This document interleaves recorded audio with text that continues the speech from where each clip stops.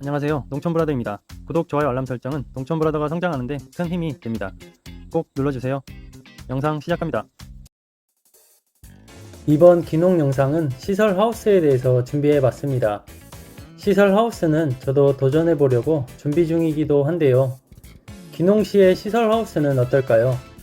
정부에서는 기농에 대해 지원 사업을 너무나도 많이 해준다고 하죠. 빚쟁이가 되라고요.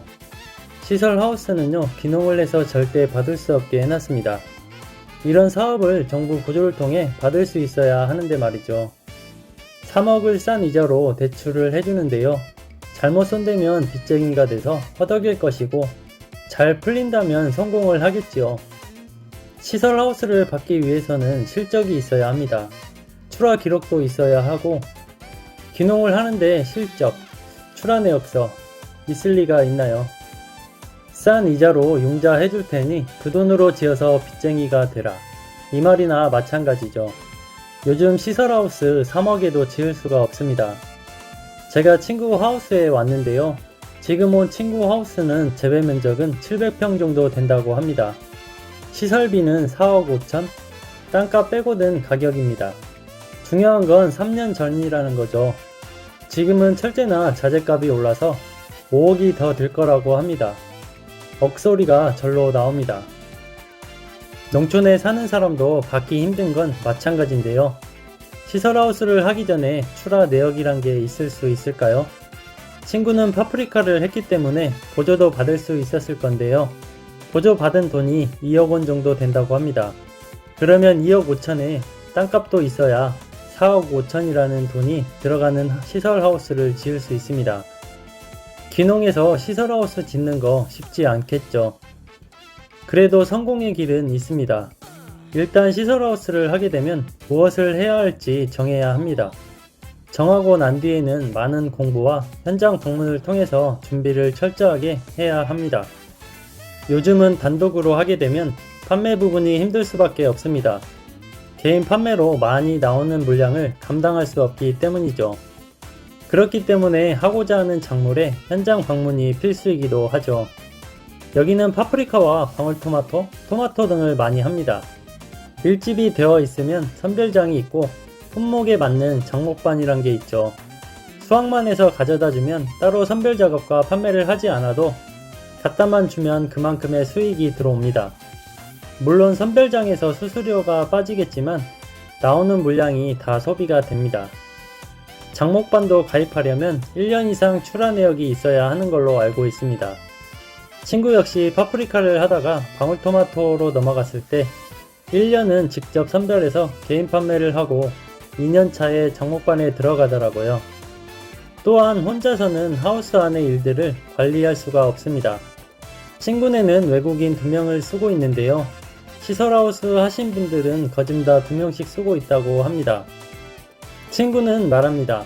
시설하우스 한 동 관리하려면 최소 2명이 다른 거 안 하고 그것만 하면 돌아가긴 한다고 합니다. 그럼 어느 정도 공부를 했고 방법을 알았다면 시설하우스가 있어야 하죠. 처음에 이야기한 대로 5억이란 돈으로 지어서 할 수 있을까요? 돈이 많으면 상관없겠지만 대부분의 자금을 받아서 시작하기 때문에 벅찬 금액이죠. 시설하우스가 밀집이 되어 있는 곳은 매물이 있을 수밖에 없습니다. 잘만 사면 땅 포함 3억 원 정도 괜찮은 시설하우스를 구입할 듯 합니다. 왜 매물이 있냐면 아무것도 준비되지 않고 융자로 사업을 했거나 기농에서 융자받아 시작했는데 3년 정도 버티다 버텨 파산하는 경우들이 나오기 때문입니다. 무조건 시설하우스를 지어서 작물을 하면 돈을 버는 게 아니거든요. 친구가 말하는 방울토마토 지금 2kg 한 박스에 15,000원 나오면요.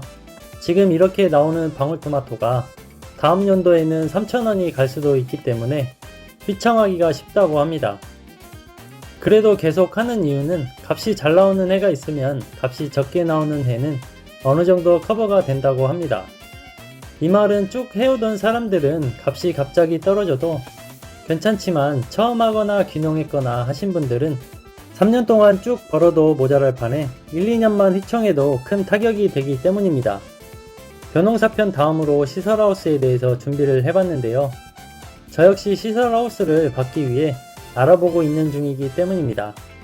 매스컴에 나오는 귀농 억대 농부들 상위 10%라는 거 알아야 합니다. 너도나도 해서 억대 농부가 되면 너도나도 귀농하지 않을까요? 농사라고 몸으로 때운다는 시대는 지났습니다. 공부하고 준비하고 실습도 해보고 현장 방문도 자주 해서 기초부터 천천히 준비해서 상위 10%를 가는 거지, 처음부터 억대 농부들을 보고 상위 10% 나도 해보자 하고 무작정 돈 쓰면 망하게 됩니다. 농촌에 돈 벌려고 왔다가 빚쟁이 돼서 나간 분들이 워낙에 많기 때문에 귀농 준비는 무엇을 할 거인지를 정확히 정하고 준비를 통해 귀농을 해서 상위 10%에 들어가시면 좋겠습니다. 지금 억대 농부님들 처음부터 억대 농부였을까요? 많은 시간과 노력으로 일궈 나간 분들이겠죠. 저희도 할 수 있습니다. 무작정 도전만 아니면 됩니다. 귀농귀촌을 준비하신 분들은 꼭 상위 10% 안 돼도 됩니다. 마음이 편하고 자기가 한 만큼의 수입으로도 충분히 즐겁고 즐기며 농촌 생활 할 수 있습니다. 농촌에서도 살아가는데 돈이 중요하지만 돈이 아닌 곳에도 많은 행복들이 있습니다. 그 행복들은 농촌브라더 구독, 좋아요, 알람 설정으로 농촌의 모습을 같이 즐기시면 됩니다. 다음 영상은 축산 쪽으로 준비를 해보겠습니다. 귀농귀촌 준비하시는 분들 파이팅 하세요. 시청해주셔서 감사합니다.